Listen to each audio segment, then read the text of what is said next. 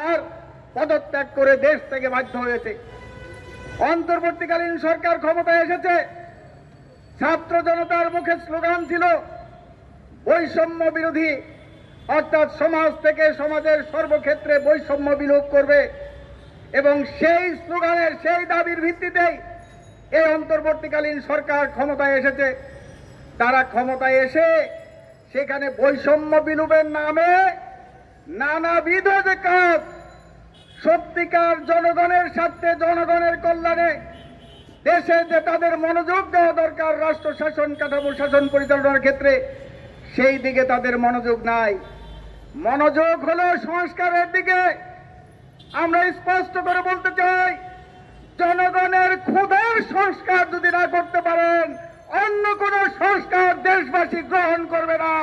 ওই সংস্কার আস্থা করে নিক্ষিপ্ত হবে। কাজেই সময় থাকতে জনগণের পেটের ক্ষুধার সংস্কার করুন।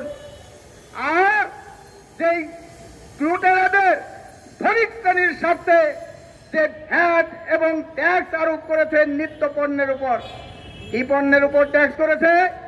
আপনার বাচ্চারা স্কুলে যাবে, তাদের পানির বোতল, তাদের টিফিন, সেগুলোর উপরে ট্যাক্স বসিয়েছেন। বিস্কুটের উপর ট্যাক্স বসিয়েছেন।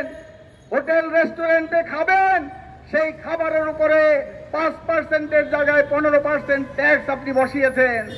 এইভাবে প্রত্যেকটা নিত্য প্রয়োজনীয় দ্রব্য সেগুলোর উপরে ট্যাক্স বসিয়েছেন। মোবাইল ফোনে কথা বলবেন, সেখানে শুধুমাত্র ভ্যাট ট্যাক্স নাই, তার উপরে সম্পূরক শুল্ক আছে। সব মিলিয়ে 100 টাকা মোবাইলে রিচার্জ করার পরে 56 টাকা চলে যাবে সরকারের বিভিন্ন ট্যাক্স, ভ্যাট, কর, সম্পূরক শুল্ক বাবদ। আপনি মাত্র 44 টাকার কথা বলতে পারবেন।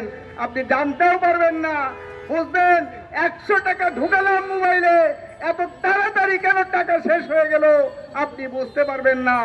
এইভাবে জনগণের পকেট কেটে 12,000 কোটি টাকা এই সরকার নেবে। অর্থনীতিবিদরা বলেছেন, বিশেষজ্ঞরা বলছেন যে আজকে প্রত্যক্ষ কর, শিল্প, কলকারখানা, ব্যবসায়ী, শিল্পপতি, ব্যক্তিগত সেগুলোর যে ট্যাক্স, সেগুলো আপনি বৃদ্ধি করেন। সেই ট্যাক্স না বাড়িয়ে গরিব মানুষ লবণ কিনবে, চিনি কিনবে, দুধ কিনবে, হোটেল রেস্টুরেন্টে খাবে, মোবাইলে কথা বলবে, বাসের ভাড়া, সিনেমা হলের টিকিট, এই সমস্ত জায়গায় আপনারা ট্যাক্স বসাবেন, ভ্যাট বসাবেন, জনগণের পকেট থেকে আপনার রাজস্ব বৃদ্ধি করবেন। এইটা গ্রহণযোগ্য নয়। সংগ্রামী বন্ধুগণ, আমরা অতীতের সরকারগুলো দেখেছি, সেই সরকারগুলো জনবান্ধব সরকার ছিল না। সেগুলো লুটেরা ধনিক শ্রেণীর স্বার্থ রক্ষা করেছে, ওই লুটপাটের স্বার্থকে তারা রক্ষা করেছে, গরিব মানুষের স্বার্থ তারা দেখে নাই। আর অভ্যুত্থানের মধ্য দিয়ে অন্তর্বর্তীকালীন সরকারও সেখানে ওই লুটপাটকারী ধনিক শ্রেণীর যে স্বার্থ, পুঁজিপতি, শিল্পপতি, ব্যবসায়ীদের স্বার্থ, সেই স্বার্থই রক্ষা করে চলছে।